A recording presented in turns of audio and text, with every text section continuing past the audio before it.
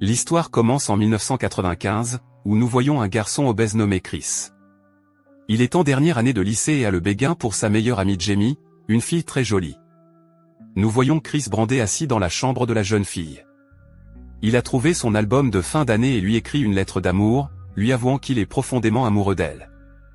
Il enfourche ensuite son vélo et se rend à la fête de fin d'année. Il s'attend à ce qu'il n'y ait que lui et 4 autres personnes à la fête, mais ce n'est pas tout à fait le cas. Quand il entre dans la maison, il est stupéfait, elle est bondée de ses camarades de classe, qui sont aussi ses camarades de lycée. Chris veut voir Jamie immédiatement, car personne d'autre ne semble s'intéresser à lui. Il commence à la chercher et la voit danser comme une folle. Elle est déchaînée, mais elle est magnifique. Quand elle le voit, elle l'attrape immédiatement par le bras et l'emmène dans la chambre à l'étage. Ils sont assis ensemble sur un banc et Chris est un peu nerveux. Il finit par trouver le courage de lui dire ce qu'il a écrit dans son album, mais juste au moment où il s'apprête à le faire, ils sont interrompus par Tim, qui était autrefois le tyran de Chris. Jamie chasse Tim de la pièce et, pendant qu'il s'en va, Chris prend un livre et commence à lire sa confession à Jamie, mais il se rend vite compte que Tim a pris l'album de Jamie, dans lequel il a écrit cette confession. Il est terrifié car Tim est un tyran. Il court en bas, mais il est trop tard et Tim est en train de lire sa confession à haute voix à tous les invités de la fête.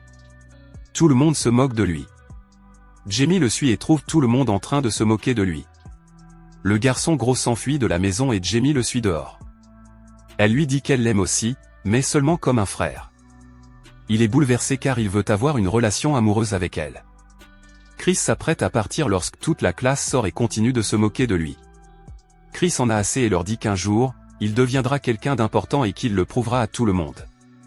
La scène change et nous nous retrouvons 10 ans plus tard. Chris, coureur de jupons, a perdu du poids et vit à Los Angeles où il est producteur de disques à succès et vice-président de la société pour laquelle il travaille. Alors qu'il discute avec des filles au bureau, il est appelé par son patron, Casey. C'est peu avant Noël et le PDG de la société, Casey, lui demande d'accompagner à Paris la chanteuse pop émergente et narcissique Samantha James afin qu'elle signe avec leur label. Chris accepte à contre-cœur. Il est réticent à l'idée de l'accompagner car il a un passé avec cette femme, ils sont sortis ensemble une fois et il s'est retrouvé à l'hôpital. Chris se rend donc chez Samantha, qui est en train de chanter et de danser lorsqu'il arrive. Mais lorsqu'elle le voit entrer dans la pièce, elle commence à faire des mouvements sensuels et, l'instant d'après, elle le voit courir vers lui. Elle continue à l'enlacer et pose ses lèvres sur les siennes. Il ne veut rien avoir à faire avec elle, mais elle le force à s'asseoir sur le canapé, s'assoit sur ses genoux et commence à l'embrasser. Elle veut le faire avec lui, là, sur le canapé. Elle lui dit qu'elle veut avoir une relation physique avec lui, mais il lui fait clairement comprendre qu'il n'est pas intéressé, car elle est folle. Plus tard dans la soirée, il monte à bord d'un jet privé et pendant le vol, elle prend sa guitare et commence à jouer pour lui, mais il n'a aucune envie de l'écouter. Samantha a du mal à rester assise comme une personne normale. Alors qu'ils sont encore dans le jet, elle provoque un incendie, les obligeant à effectuer un atterrissage d'urgence dans le New Jersey. Chris révèle qu'ils sont près de sa ville natale. Ils attendent que le jet soit réparé, mais après un certain temps, on leur dit que cela prendra du temps et qu'ils ne pourront pas repartir avant demain. Chris n'a d'autre choix que d'emmener Samantha chez sa mère, qui est ravie de les voir. Sa mère crie d'abord parce qu'elle est trop émue de le voir, puis elle se met à pleurer parce que Chris n'est pas revenu dans sa ville natale depuis 10 ans. Chris entre dans sa chambre après 10 longues années et repense à l'époque où il allait à l'école et avait le béguin pour Jamie. Puis il regarde quelques vieilles photos et se rend compte qu'il éprouve toujours quelque chose pour elle. Il s'assoit avec sa mère, qui n'arrive pas à croire qu'il soit vraiment là. Il lui dit de ne pas s'inquiéter. Puis son frère adolescent, Mike, les rejoint. Il est choqué quand il voit Samantha dans la maison. Il s'assoit à côté d'elle et se rapproche d'elle, puis, en la regardant dans les yeux, il lui dit qu'il a toujours été un grand fan d'elle. Il lui dit qu'il a même un poster d'elle dans sa chambre. Chris emmène Samantha dehors ce soir-là et, alors qu'ils sont au supermarché, il rencontre ses amis Clark et Darla. Ils étaient ses amis au lycée et sont maintenant mariés. Ils sont choqués de voir à quel point Chris a changé et à quel point il est devenu beau. En marchant, il finit par rencontrer l'homme qui le maltraitait toujours à l'école. Il n'est plus qu'un alcoolique et sa vie est ruinée. Chris se rend dans un bar et est choqué de voir Jamie derrière le comptoir. Elle est désormais barmaid. Quand elle voit Chris, elle essaie de se cacher, mais il la rejoint et ils s'embrassent passionnément. Elle est choquée de voir à quel point il a changé. il lui dit qu'il n'est en ville que pour une nuit et qu'il partira tôt le lendemain matin. Il lui dit au revoir, mais alors qu'il s'éloigne, il revient et demande à Jamie de sortir avec lui. Il lui dit que son avion pourrait avoir un jour de retard et qu'il aimerait passer un peu de temps avec elle. Mais Samantha veut partir immédiatement. Elle appelle donc son frère et lui demande de garder Samantha occupée toute la journée demain, ce qu'il accepte bien sûr. Son frère Mike l'emmène au centre commercial. Chris, désormais libre, se prépare pour son grand rendez-vous avec Jamie. Ils se rendent dans un vieux café où ils allaient quand ils étaient adolescents. Ils passent un bon moment ensemble et, alors qu'il s'apprête à la raccompagner chez elle, il lui dit au revoir et finit par s'approcher d'elle pour l'embrasser, mais ce n'est pas une bonne idée, car elle a autre chose en tête et se contente de le serrer dans ses bras. Un moment de gêne s'installe entre eux. Elle rentre chez elle et il fait un long détour pour retourner à sa voiture. Il est vraiment en colère contre lui-même, car il sait très bien qu'il a tout gâché avec Jamie en essayant de se la jouer cool.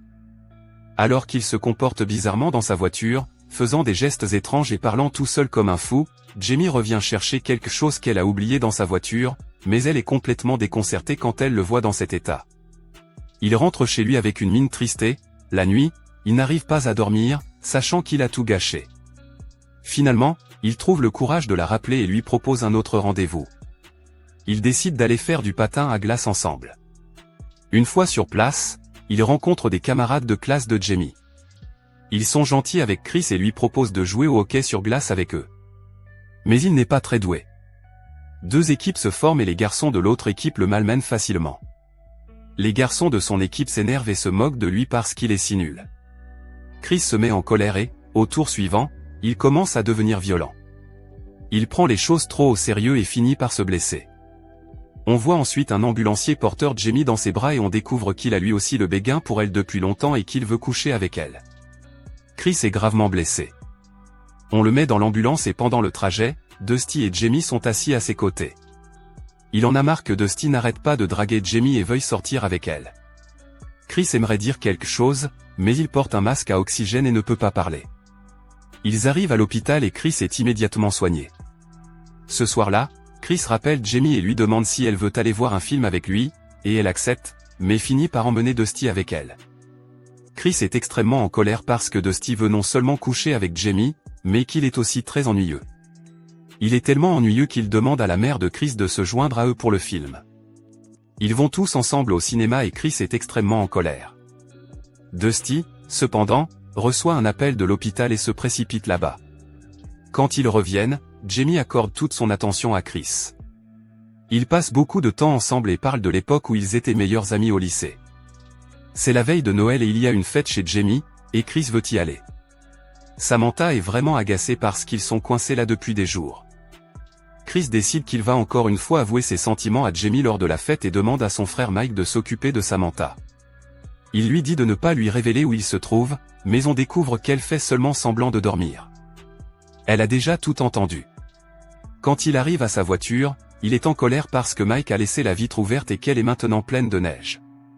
Il n'a pas d'autre choix que de prendre son vélo. Il arrive enfin chez lui et est prêt à dire à Jamie qu'il a toujours des sentiments pour elle, mais il se met en colère quand il voit Dusty. Dusty a rassemblé beaucoup de monde et les fascine tous avec son talent de guitariste. Mike est dans sa chambre lorsque Samantha l'attaque par derrière. Elle le plaque contre le mur et lui demande de lui révéler où se trouve son frère. Puis elle se souvient que le garçon est vraiment amoureux d'elle, alors elle continue à le toucher de manière inappropriée, mais le garçon aime ça. Il perd le contrôle lorsqu'elle pose ses lèvres sur les siennes et finit par lui révéler où se trouve son frère. En proie à la colère, il se rend en voiture chez Jamie, renversant ses amis et détruisant les décorations de Noël. Chris rentre chez lui, embarrassé, et Jamie le suit. Elle lui dit qu'elle n'est pas en colère et ils finissent par passer la nuit à discuter et à se remémorer le passé. Cependant, en raison du manque d'assurance constant de Chris, ils finissent par coucher ensemble, sans que rien ne se passe. Le lendemain, Jamie parle à Darla de la nuit précédente, tandis que Chris va voir Clark pour lui demander conseil. À la sortie du bureau, Chris et Clark surprennent Dusty en train de chanter pour une infirmière, puis de l'embrasser. Dusty révèle son plan de coucher avec Jamie et de l'humilier comme il s'est senti humilié au lycée, lorsqu'il était attiré par elle. Chris tente d'avertir Jamie, mais il s'en prend à Dusty devant elle. Elle refuse de l'écouter lorsqu'il tente de s'expliquer. En conséquence, il se saoule et se rend au bar de Jamie, où il la trouve avec Dusty. Quand elle refuse gentiment les avances sexuelles de Dusty, Chris s'en va furieux. Chris et Jamie se disputent à nouveau, il lui reproche de l'avoir gardée dans la zone, amie, et elle lui dit qu'il ne saura jamais rien. Jamie donne un coup de poing à Chris, qui est jeté dehors. De retour à Los Angeles, après avoir repoussé les avances incessantes de Samantha lorsqu'elle le revoit, Chris comprend que Jamie est son seul véritable amour. Il retourne dans le New Jersey, lui déclare son amour et ils s'embrassent, sous le regard dégoûté des trois garçons du match de hockey.